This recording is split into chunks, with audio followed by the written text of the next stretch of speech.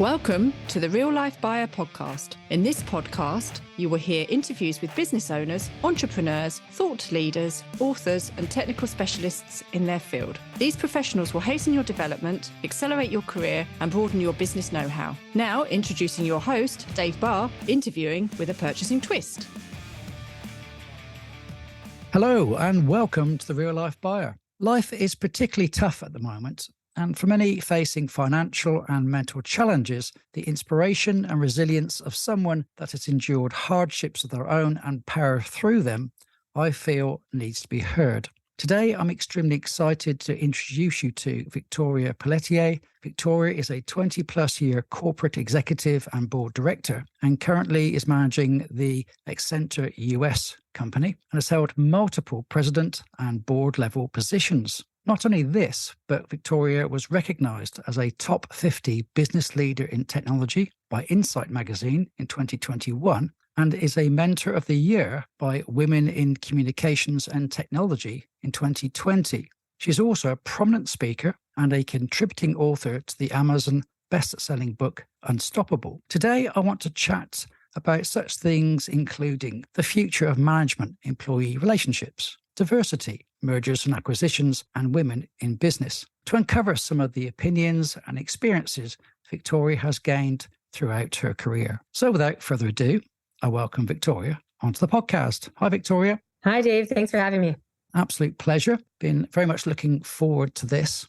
So during my research, looking into what you've been up to, shall we say, in your career, I read a quote from one of your devotees, perhaps I should say, and it said, and the words were, "You are raw and transparent about the hurricanes in your life."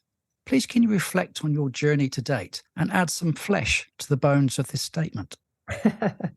Happily. Well, one correction, I don't run all of Accenture US. That the man who does would be pretty upset if he thought I was there trying to take his job. I lead one of their industry portfolios. Okay. I spend a lot of time, Dave, talking about my why. For me, that's just understanding, people's lived experiences that they show up. We're humans who show up to work, and many of us bring our whole selves, and some try to compartmentalize. And I realized a number of years ago that to really be the authentic, human-centered kind of leader that I want to be, that I want people to follow and not fear, then I needed to do things differently. And so I've been exceptionally driven. I started working at 11, and I was already in leadership at 14. And then became chief operating officer at just barely 24 as a new mom, and have continued that trajectory. But the why is, a very, very difficult number of early years, quite frankly. I'm born to a drug addicted teenage mother who was exceptionally abusive to me. And I'm fortunate, however, to be adopted into a loving family. So no more abuse. But my parents that adopted me were, lower on the socioeconomic scale. And my mom once said to me, "Tori, you need to do better than us." And she meant really, I'm sure, vocationally and again, socioeconomically. But the combination of my biology and in the circumstances that I was then raised in is actually where my drive comes from. I was determined to be better than biology or circumstance. So that's a story I share openly with people so they understand that that's my why, that's where my drive comes from in my A-type personality. Okay. That's obviously quite difficult for most people to take on board. So it's a hard one to discuss perhaps in some ways. So well done in empowering your way through that and for taking some of the positivity from your past experiences through, shall we say. So let's jump into what's going on in the world a little bit. And we can see that one of the observations is that there's significant upheaval with labour loss recently. We've seen the Great Resignation, as everybody refers to it now. How do you see the relationships and perhaps cultural environment between future management and employees changing and developing in the next decade? I see the last few years have been just an incredible opportunity for employees, humans, to rethink what is important to them, what is their purpose in life, and work being such a big part of that. What kind of, are they working for, purpose-led organizations that align to their own visions and values? What kind of impact are they having? A lot of employees are thinking about the impact that their role in some of these particularly larger companies where a little harder to see. So what we're seeing is that, the pendulum is, swung, and I see it coming back slightly to, much more of that, focus on doing work that they love. That's why there was the great resignation, as you said, where, everyone in media likes to talk about. And that's just because it's more of another phrase, the great rethink. People are having that opportunity while there is no separation when we work out of our homes anymore. And so I think over the next decade, you're going to continue to see, I don't know that pendulum will ever swing back to where it was before, where it was hustle, hustle hard all the time and lots of sacrifices made and trying to have or do it all. But I do think it will, swing back to some extent. But as leaders, we're going to need to learn to lead in a very different way, in a very human-centered, authentic kind of a leadership approach, where, there's much more of a balance when we think about performance to being, just a few metrics, whether that's, sales or revenue or whatever kind of widgets or production numbers are measured, to looking at other measures of performance in the way that employees and customers want to work for or buy from companies that align with them. So there's going to need to be value statements and performance statements around that, around diversity, equity, and inclusion, that being a big part of how we look at in the employee population feeling included or a sense of belonging.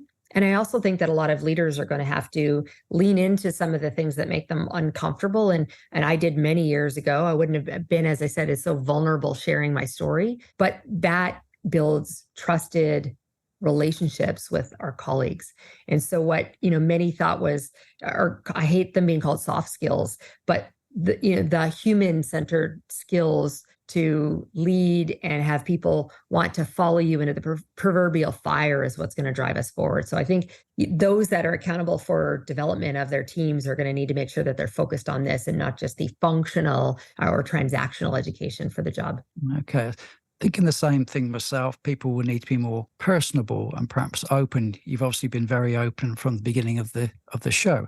And it's those sort of the relationships that form between a manager, should we say, or a leader and their people that are so critical. It's not just instructional, operational things that matter perhaps to people. It's how they feel included, and they collaborate perhaps to bring the outcomes that the business still needs, and they still need to drive towards goals, but in a way that they feel more included and inclusive into the discussions perhaps. So absolutely recognize that. And you touched on diversity just now. So recognizing, valuing, and perhaps nurturing diversity, equity, and inclusion in organizations and communities, that's become very prominent in the words of many people. But delivering on those words perhaps is another matter. So how would you describe perhaps some of the steps or activities, maybe behavioral changes that needs to take place to actually reap the rewards of those cultural developments in a business?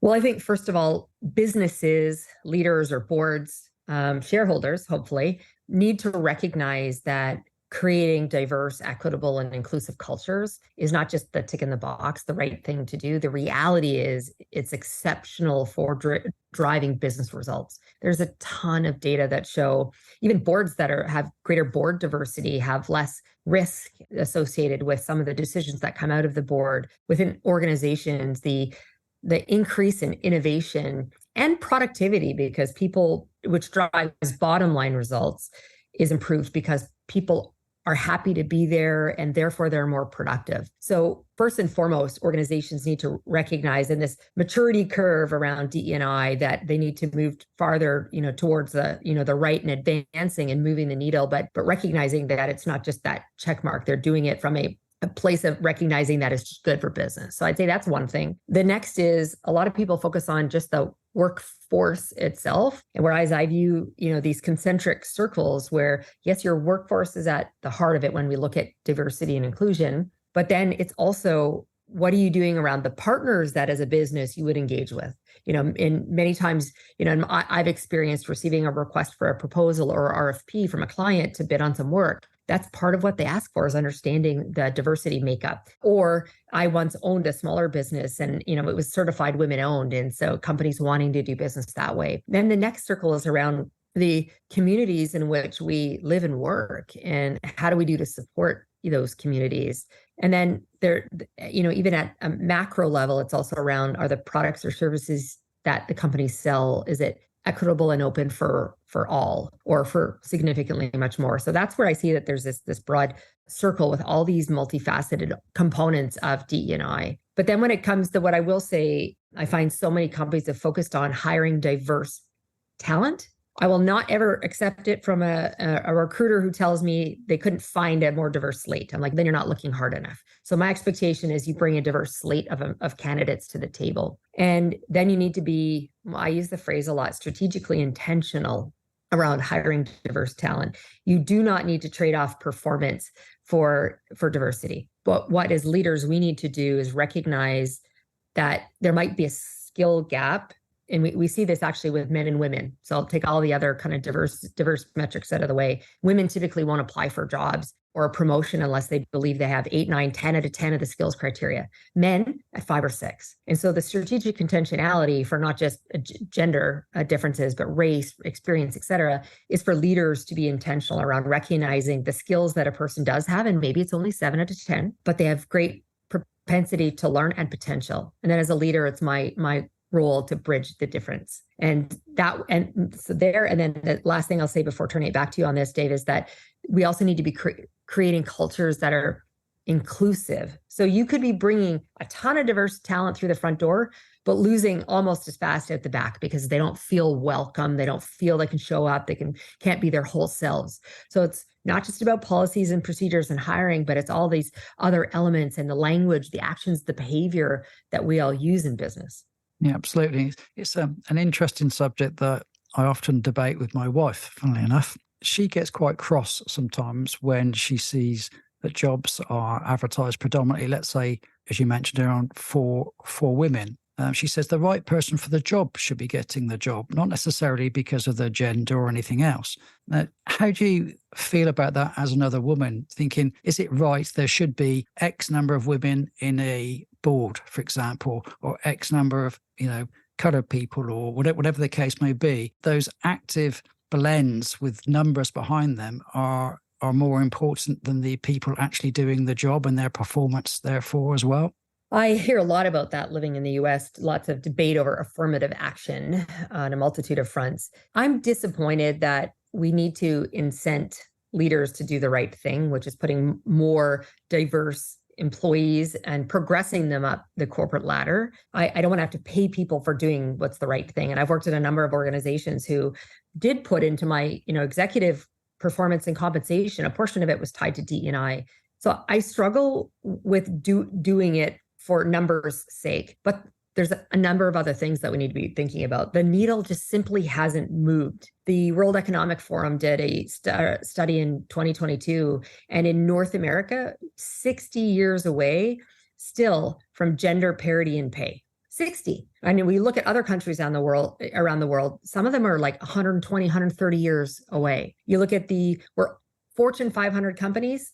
I don't know if we should be happy. It moved a percentage point upwards, but now we only we went from 9 to 10% women CEOs. So I think if we're not being incredibly intentional, that we're going to continue to see such slow progress. And I've been asked over the years, do I think I've ever been given opportunities because I'm a woman?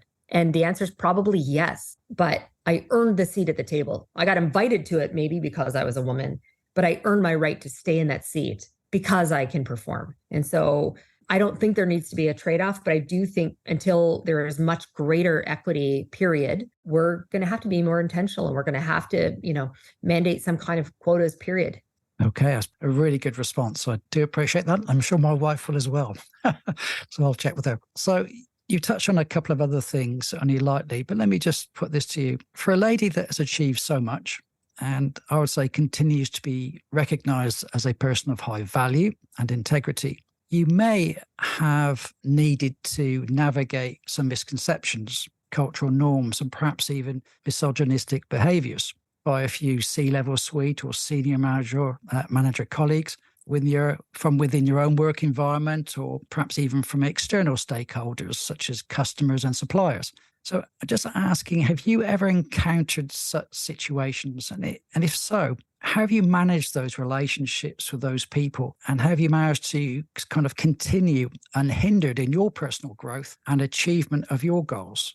So I have battled this many, many times over, sadly. And it's been everything from as simple as walking into a boardroom. And this one, sadly, was just only a few years ago, but walking into a boardroom to lead a strategic workshop and setting with colleagues. It was myself and one other woman, and 40 men, 40 men. So it can be just that. And so this feeling of constantly the only one in the room. It could be things that I don't think necessarily were intentional for some of the men who've created this circumstance or position. But when you look at networking, it's on the golf course, it's in the bar. And I worked for organizations where it slipped its way into after hours into like a strip club and these sorts of things. And so just, again, be more of an inclusive mindset. I've seen those too.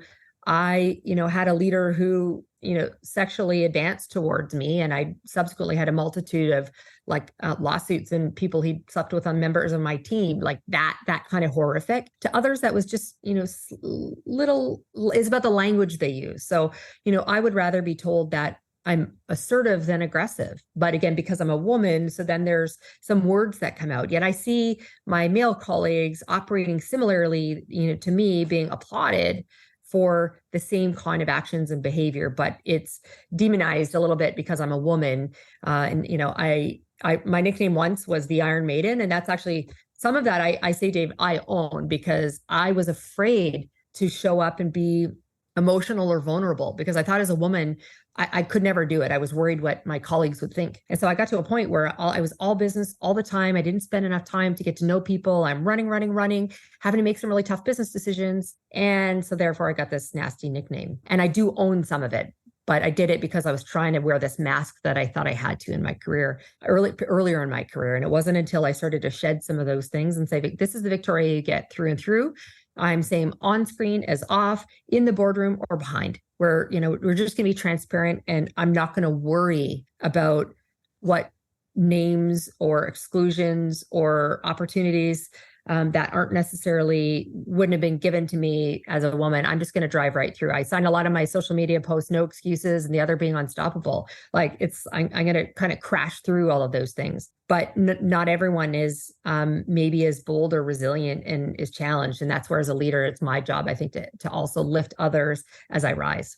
Yeah, it's really interesting. I've been fortunate to work with many women, both as equals. One of my former bosses was a lady. So I certainly could understand. I've spoken to her about her challenges and I understand how difficult it can be. So thank you for your openness with answering that kind of question. Let's move on to something that's a little bit different. Now, in your LinkedIn profile, you've been involved with many merger and acquisitions. Quite interested in those situations. It's not somebody I meet very often that have had multiple joys of experiences, shall we say, in that area. I'm particularly interested in the acquisition side, particularly because I buy things, shall we say. Buying companies isn't one of them. I certainly don't have the money for it. But would it be possible to share perhaps some of the stories of those experiences to give the audience a flavour of the most significant considerations, perhaps the steps and the knowledge that you've gained from your involvement in such processes?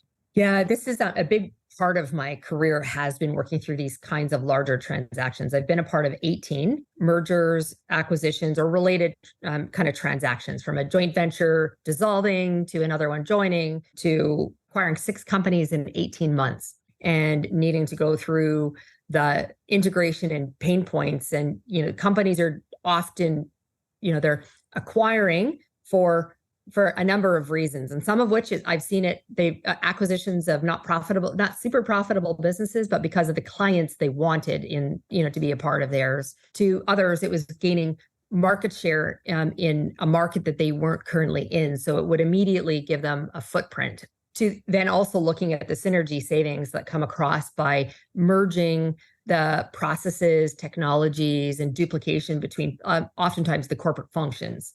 And so bringing those together in shared services centers. But what I've seen for these types of transactions to be successful is about a lot to do with communication and change management. And from a communication standpoint, it's about being as transparent as we can be as leaders through the journey. And what I mean by that is I've often been at the heart of running the operations of the business, which is where a majority typically of the costs lie. So I'm usually trying to figure out what the cost savings are going to be, where are we going to gain synergy, but that means some people are going to lose their job. So to the extent that we can be, my position has been in front of, our colleagues, my team members, and saying like, yes, this is what's going to happen, which should be expected as a part of the transaction. In some cases, been a private equity firm who's acquired. Like, these are the expectations, and just being really transparent that I haven't worked through it yet, but I'm going to bring you along in the process. And I particularly for the companies being acquired who wouldn't know me, to try and build that, that relationship, and ensuring that there's a strong communication plan throughout, not just from me as I described as a leader to the people I'm engaging with or have accountability for, but much more broadly. So they also don't feel like it's death by a thousand cuts.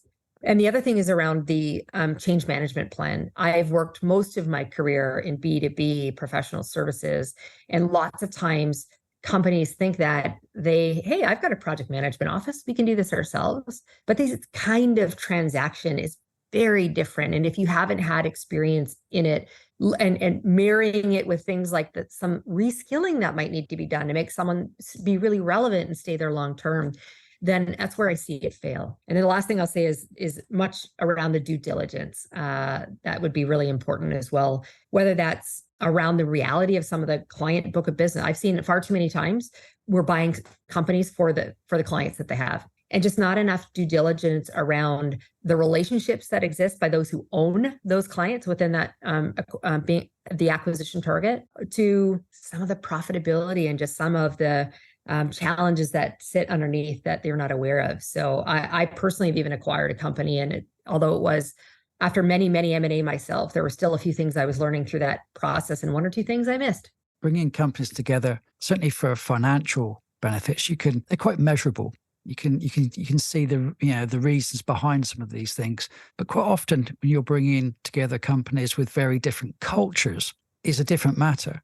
When you have a cultural mismatch, if you experience that where there's a big difference between two organizations coming together, how did you find the best ways to manage the people side of those fits? I have seen that on a few occasions.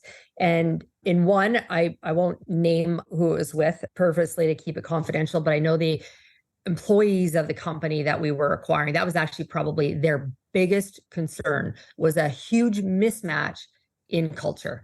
They knew that coming in. Some of them had left the acquirer to go to, the acquiree. And so they were very concerned on what that was going to look like. And so that's part of, even from a due diligence standpoint, understanding and building that wouldn't prevent me necessarily from proceeding, but a strong plan around how to drive and affect change through that. I did see it in that company where I said we did 6 acquisitions in 18 months. There was one in particular where we acquired this book of business in large part because of the clientele that they had. And there was one woman who ran one of these large client portfolios. And as I was looking to do some synergy saving, given the size of team and that she was managing, it would have made sense for me to bring it under a different leader. But one thing I realized is how the client might have taken their business elsewhere, if not for her being there. So I wasn't going to be in a position to make change. But for her, she was like, who is this? I was 20 or 30 years her junior, and I was being flown from Canada down into New York. And so here's this, longtime New Yorker who's been in there. Like, who's this woman that's coming in without experience, this weird accent, whatever. And it took me a year, Dave, to just spend time working with her and being really open and transparent that, she had, you're right, she had more knowledge. It was a corporate travel business. She had way more experience in a travel environment than I did, but I had all these other kinds of experiences that I could bring to the table. And how about you spend some time educating me and vice versa, and this is how we're going to pair and partner together. And she was the most challenging one for me. As I said, it took a year for me to win her over, and much less time with others. But I think that's the upfront significant investment you need to make in the business, or again, from a change and communication standpoint. How do you build those relationships and get people to feel like they're on the proverbial bus moving forward with you? Right. I love one of the words you used there, where it was a partnership. Now, rather than an imposition, usually the company that takes over the other is the one that's going to force change through. But you looked at it from a partnership, a collaboration with somebody else to get the benefits of both of your skills and competence and, knowledge together. I think that's a huge difference between the way you've approached it and perhaps how other people may have approached it. So I think that's an excellent way of going about things. And that leads nicely on to my next thought, is on commercial relationships. And I suspect you've had lots of involvement in establishing and developing commercial relationships. I'm just keen to understand, when you're in a position where you're having to negotiate with other parties, what kind of behaviors and tactics do you use to build a positive and rewarding outcome? So yes, much of my career has been building commercial relations and leading the commercial teams within the organizations. So first, for me, it's the way I approach building relationships in general, from a place of generosity and not greed. Now, I can say that, but in a business-to-business environment, we're measured on sales to these clients. But for me, it's about building a trusted relationship with the buyers. And, you just said, we both talked about partnership, and it's a word that's often like abused when we talk about these commercial relationships. But for me, that's how I try and approach it, and with my team, that we're going to have a conversation with someone. Let's say it's a new client or a new leader on my team who's being introduced to a client portfolio that they're going to step in on, is to learn a lot about the people that you're meeting with, and while learning what the success looked like for them. So my approach has been, when I personally been building relationships and starting to get to meet people, I'm like, so tell me what are your pain points?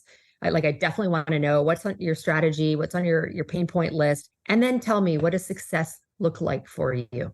How is that measured? So that when or if I have the opportunity to come back with some kind of a solution to solve for some of those things, it's from a lens in which I know it's going to personally motivate them, and it's the way the organization thinks. And that's contra to a lot of salespeople. And it's a challenge, quite honestly, Dave, with particularly publicly traded companies, quarter to quarter results. So there's always this pressure on.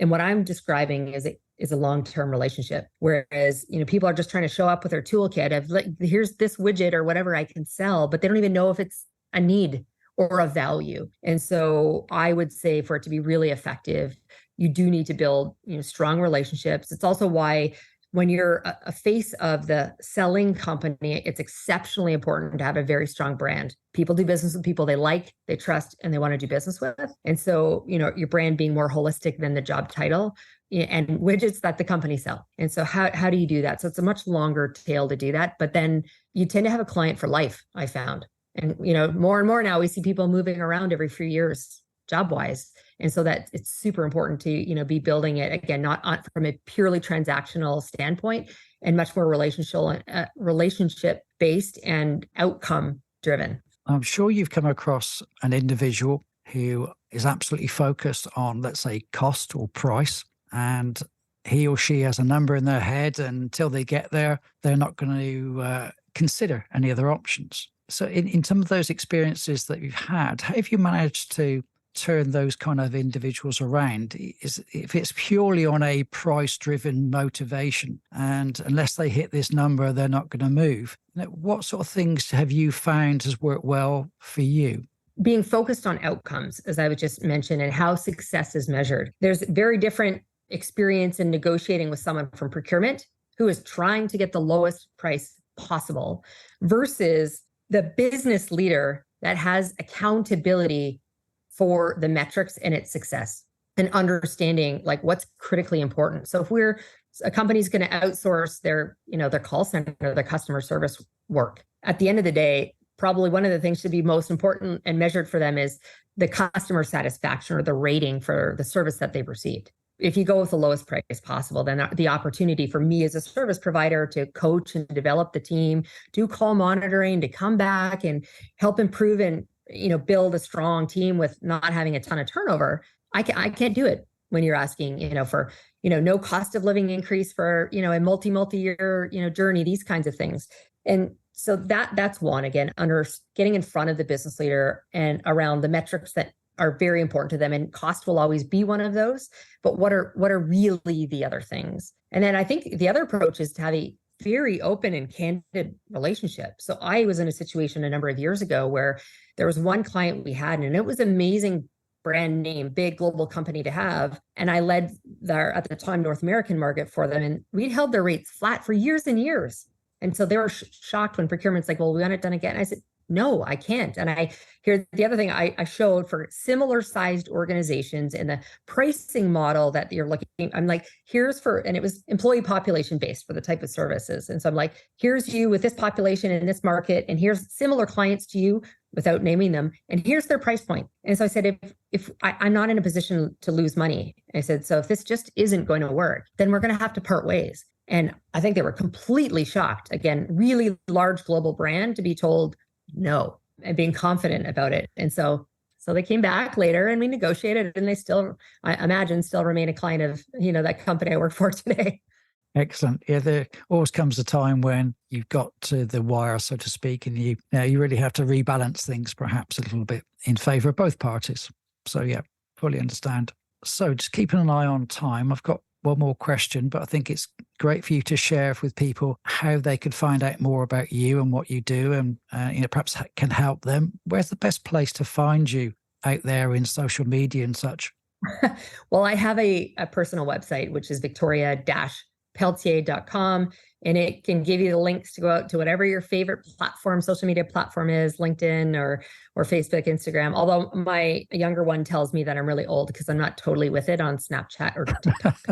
But that's not where my audience is. But on the website is where you're going to find, I do a ton of writing, like regular blog posts. I put them there. The podcasts that I'm on, I like to post them there, and a sample reel. In fact, one of the things that brings me great joy, besides, the corporate day job I have, is the public speaking work I do. So you can find all of that, plus the book that I wrote, on my website. Brilliant. And I'll make sure I share those in the notes of the show as well. So for those people perhaps seeking to stand out from the crowd, they may wish to remodel their careers or even rebrand themselves for hopefully a higher level of achievement. What are your recommendations to help them on this journey so they can try and achieve the level of success and fulfillment they desire? Well, there's a number of things you just said, as they desire. I think that's critically important, first of all, for when looking at one's career path or trajectory, to be, following their passion. And advice I've given to my own children, when my youngest asked, like, Mom, what do you think I should do? And I'm like, well, I remember saying you could go down two different paths, one of which is, like a special needs teacher, because my youngest is really good at that, or, into sales, because the stuff she could convince her older brother to. And she's like, well, which one pays more money? I was like, I'm like, Beauty, I could tell you that, but I'm going to tell you, you're going to find your passion, and you're going to follow that. And at 14, when she asked me the question, I said, you have many years. I'll tell everyone that. I do think you need to follow your passion. And there's a concept, however, a Japanese concept, ikigai, around sort of, what are you good at doing? What do you enjoy doing? What's the market going to spend? Like, and finding that optimal intersection of that with things that bring you joy. And so that's the point number one, in terms of just someone gaining clarity over where they want to move, but also giving themselves permission to pivot, because, the woman I was at 20 something is very different than the woman now in her 40s. And so, we can pivot and make a change. What I would say is critically important, and one of the things I attribute a lot of my career success to, both in terms of the roles that I received, but going back to how I partner with clients, what they can find out about me, has been my personal brand. And this is really important. We are the CEOs of brand you, and you're going to determine what the narrative is. That this is born on reputation and what people say about you when you're not in the room, but you can influence that. And if you're pivoting, again, be really, intentional about what that looks like, but be really consistent with the brand. And it's more than your job title and the company you work for, or the field or industry that you have most expertise in. It's all the other things that make you uniquely different. What's your unique value proposition, and why would people want to engage with you, whether that's to hire you or buy from you or work with or for you? Just curious now, for somebody as successful as you are, what's one of the things that you would, on reflection, change now, given the choice that obviously you are unable to? I wish I could go back and tell, the woman in her 20s when she first became an executive that it was okay to be your authentic self. It was okay to pull that mask down and show up very differently, without fear for gender, sexuality, for anything that I've heard over the years. That would be the biggest thing, because I think not only my performance at work, and performance for me is again not just about sales or revenue and profit. A big part of how I look at success now is around the team I work with, and are they engaged, and are they happy, and do people follow me when I go to new roles. That's because I made a conscious choice, and so that's the kind of impact I want to have. I would tell my 24-year-old self who had just become chief operating officer to do a little more of that then. That's brilliant. And it's great that you're talking so passionately, should we say, about your team, and how important it is that they feel so empowered and enjoy their life, both perhaps at home and in the office as well. Well, I'm very aware we've barely scratched the surface of all the things I could ask you, but we only have so much time. So I'd like to thank you very much for coming onto the show and sharing just that little bit about yourself that I think so many people will find it's inspiring. Thank you for having me. Thanks, and bye. So there's another Real Life Buyer podcast. I do hope you enjoyed it and it's given you some ideas and inspiration for greater action and achievement. If you are a purchasing or a supply chain professional, business owner or director, come and join my Facebook group, the Purchasing and Supply Chain Community Hub, a safe place to engage with like-minded, friendly people. See you soon. Bye.